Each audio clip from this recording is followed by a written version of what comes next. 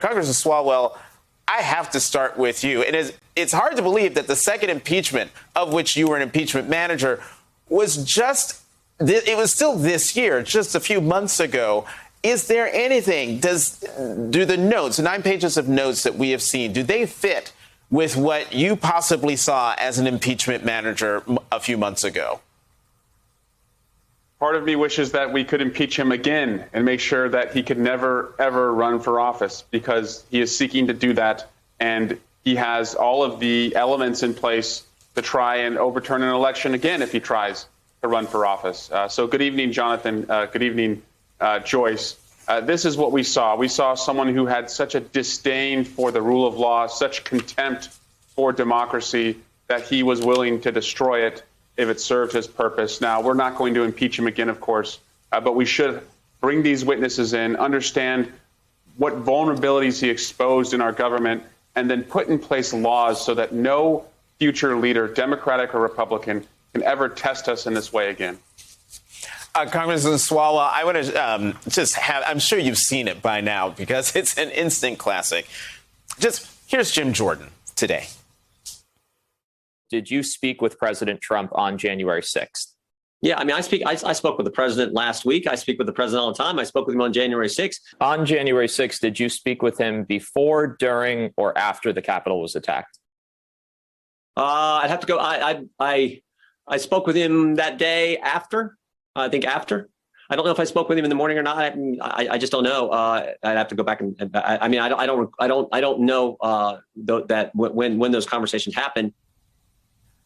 Translation, Congressman Swalwell, your reaction to that? I remember every second of that day, sadly, and there hasn't been a day that's gone by where I haven't thought about that day.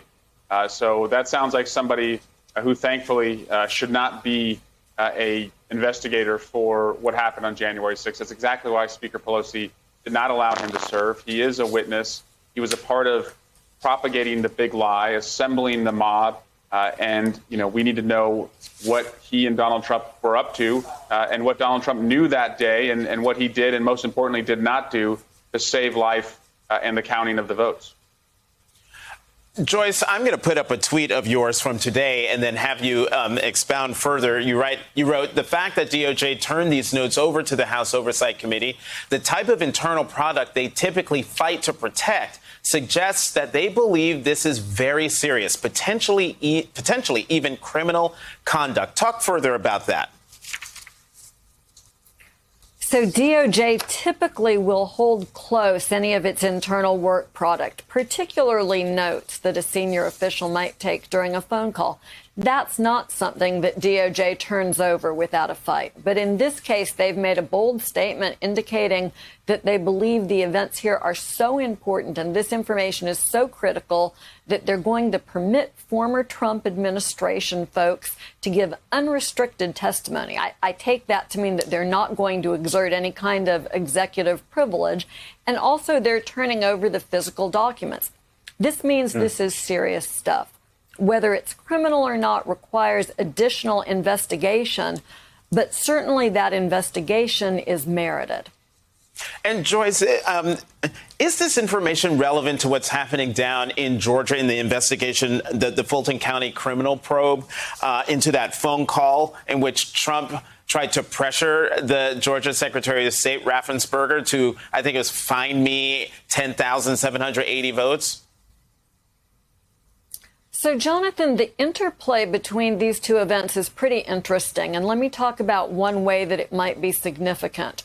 Prosecutors worry a lot about proving a defendant's intent. Was he just sort of bumbling and saying stuff, or was there actually a cohesive plan to overturn the results of a legitimate election? And something that makes it more likely that it was intentional rather than an accident or a stumbling is if there's evidence of a repeated course of conduct. And it's actually admissible evidence that you can put in, say Georgia were to indict.